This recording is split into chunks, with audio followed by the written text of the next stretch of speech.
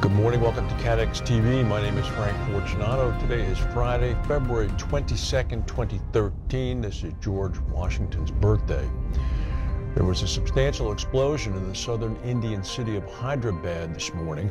Hyderabad, of course, is a technology and call center. It killed 16 people outside of a movie theater and a bus station. Apparently, the group that's responsible for it, or whom the authorities think is responsible for it, is the Indian Mujahideen, has links with militants in neighboring Pakistan.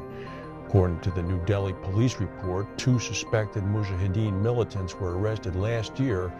They admitted they had done reconnaissance in the Dilshuk Nagar region of Hyderabad where the explosion occurred.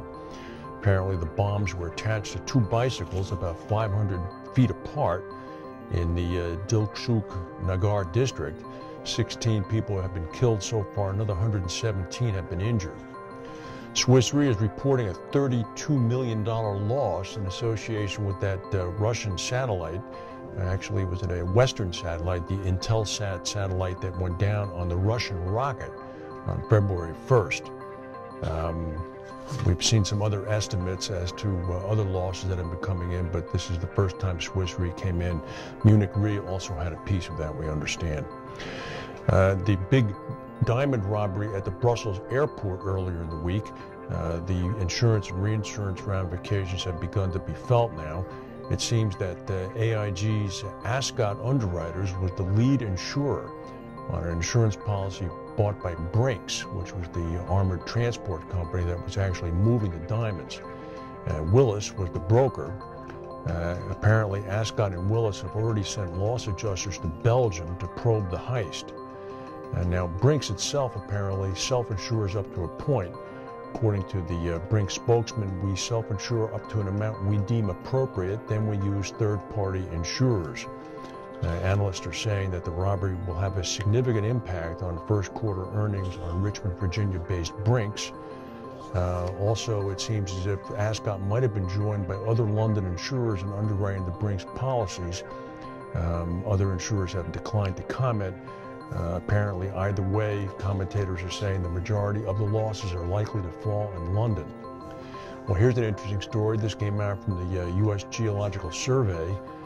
Between now and the end of the century, 2100, apparently 3.5 million people are expected to die globally as a result of earthquakes. 4 catastrophic quakes, those that kill 50,000 or more people, have already hit since 2001.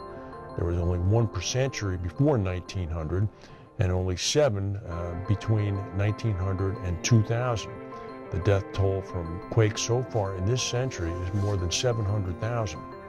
During the study, the USGS went back to record earthquake data all the way back to 856 AD.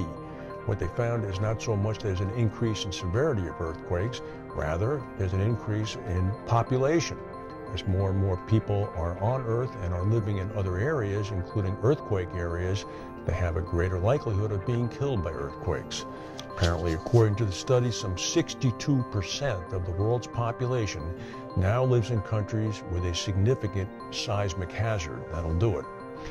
In Japan, the National Communications Ministry is launching an initiative this year to encourage companies to set up data centers outside of Tokyo to lessen the risk of widespread business interruption should a massive earthquake strike the capital.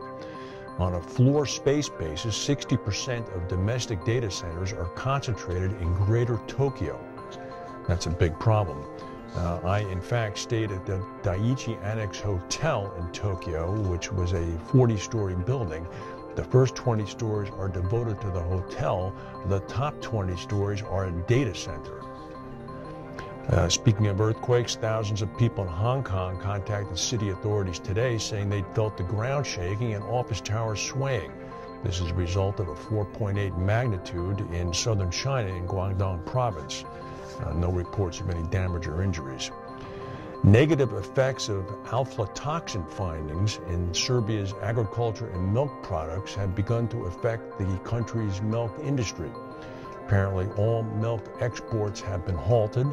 Wholesale milk sales within the country have plummeted, and the Serbian gross national product is expected to be affected because agriculture consists of the country's biggest export.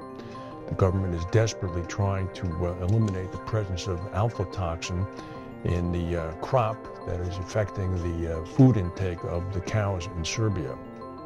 There's been a major snowstorm that's tracking its way across the Midwest. It's still heading to New England this weekend. Parts of the Midwest, including Oklahoma and Kansas, have been inundated. There was approximately 15 inches of snow in Kansas City, about 10 inches of snow in northern Oklahoma. State legislatures have been shut down in Kansas, Missouri, Arkansas, Nebraska, and Iowa. Most schools have been closed in Kansas and Missouri.